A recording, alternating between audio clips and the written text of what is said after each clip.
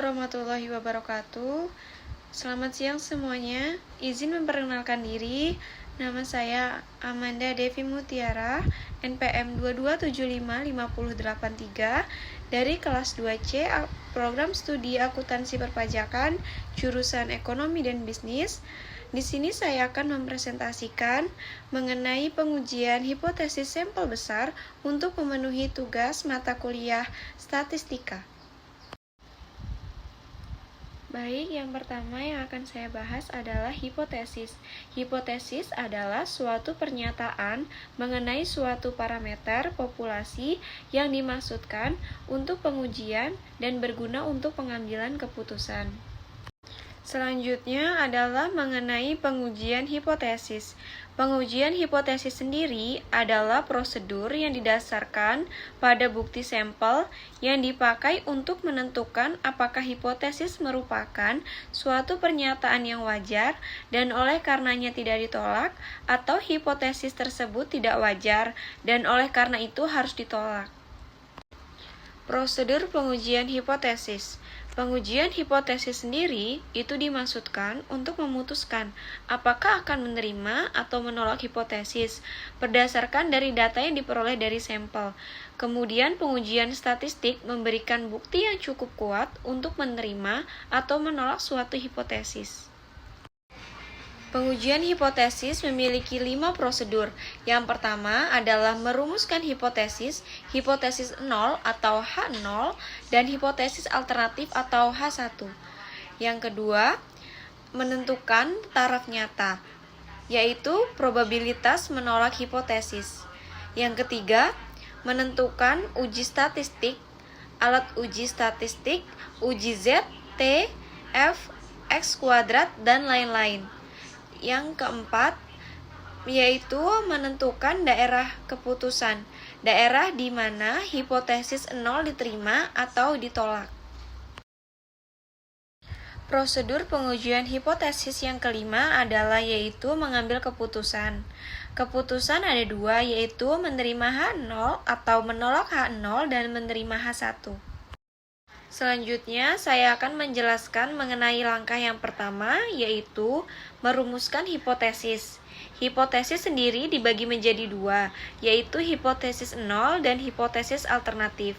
Hipotesis 0 sendiri adalah suatu pernyataan mengenai nilai parameter populasi, dilambangkan dan diformulasikan untuk ditolak atau tidak ditolak setelah pengujian. Yang kedua adalah hipotesis alternatif, adalah suatu pernyataan yang diterima jika data sampel memberikan cukup bukti bahwa hipotesis 0 ditolak. Selanjutnya adalah penjelasan mengenai langkah kedua, yaitu menentukan taraf nyata. Taraf nyata adalah probabilitas menolak hipotesis 0 apabila hipotesis 0 tersebut adalah benar. Taraf nyata dilambangkan dengan di mana sama dengan 1 min C, bahwa C adalah tingkat keyakinan.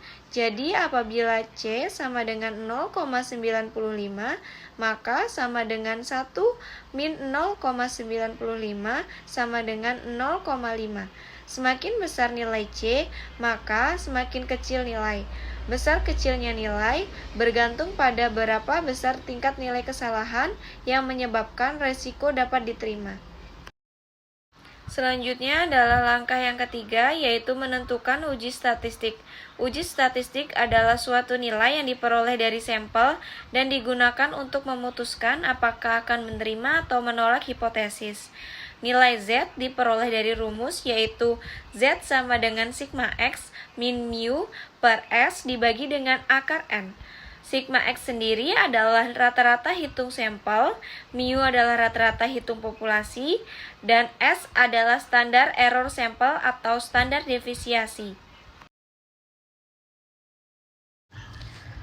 Selanjutnya adalah langkah yang keempat, yaitu menentukan daerah keputusan.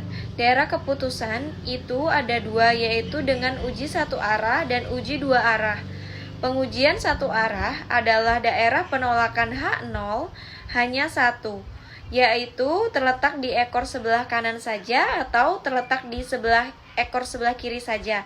Karena hanya satu daerah penolakan, berarti luas daerah penolakan tersebut besar tarafnya nyata, yaitu alfa.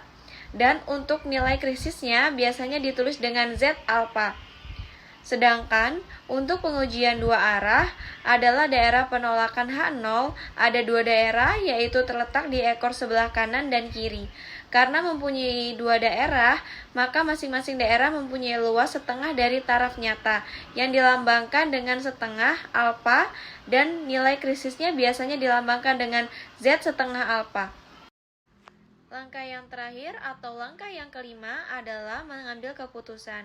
Dalam pengambilan keputusan ada dua, yaitu menerima H0 atau menolak H0 dan menerima H1.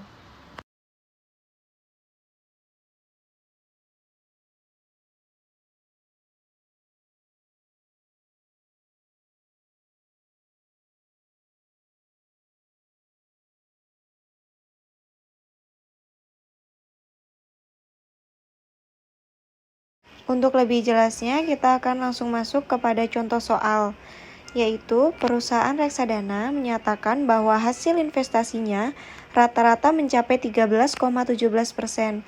Untuk menguji apakah pernyataan tersebut benar, maka lembaga konsultan CESS mengadakan penelitian pada 36 perusahaan reksadana dan didapatkan hasil bahwa rata-rata hasil investasi adalah 11,39% dan standar defisiasinya adalah 2,09%. Pertanyaannya, ujilah apakah pernyataan tersebut benar dengan taraf nyata 5%.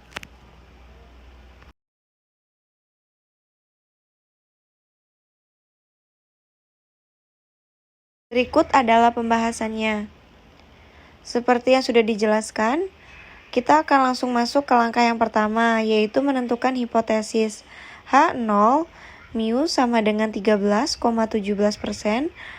H1 mu tidak sama dengan 13,17%. Dengan catatan apabila melihat tanda sama dengan dan tidak sama dengan pada perumusan hipotesis tersebut, maka tanda itu menunjukkan adanya pengujian dua arah. Setelah itu, kita akan langsung masuk ke langkah yang kedua, yaitu menentukan taraf nyata. Taraf nyatanya telah ditentukan, yaitu 5%, alfa sama dengan 5%. Karena pengujian ini dua arah, maka nilai krisis Z adalah nilai dari alfa dibagi dengan 2, yang didapat dengan cara alfa dibagi dengan 2, yaitu 0,05 per 2, didapatkan hasil 0,025, maka nilai Z dengan probabilitas 0,5 dikurangi dengan 0,025 adalah 0,4750.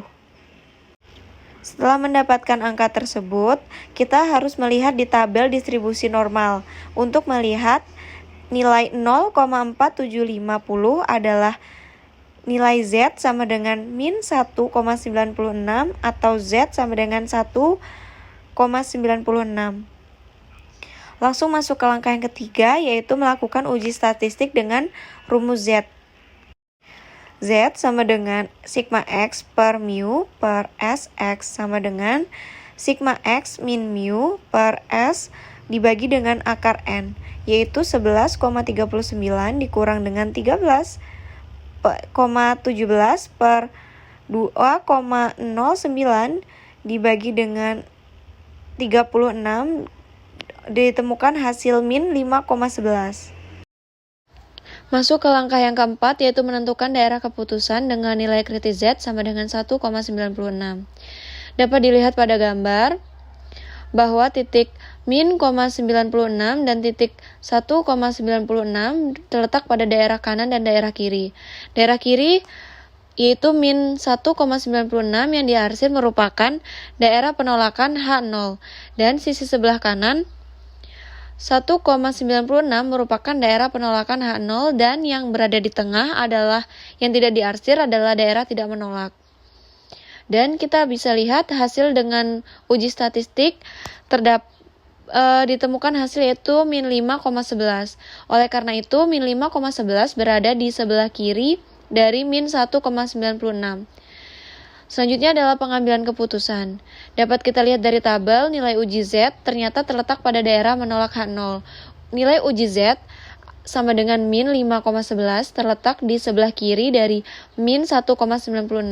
Oleh sebab itu dapat disimpulkan bahwa menolak H0 dan menerima H1. Sehingga pernyataan bahwa hasil rata-rata investasi sama dengan 13,17 tidak memiliki bukti yang cukup kuat. Cukup sekian presentasi yang dapat saya sampaikan. Apabila ada kurang dan kesalahan, saya mohon maaf. Saya ucapkan terima kasih dan wassalamualaikum warahmatullahi wabarakatuh.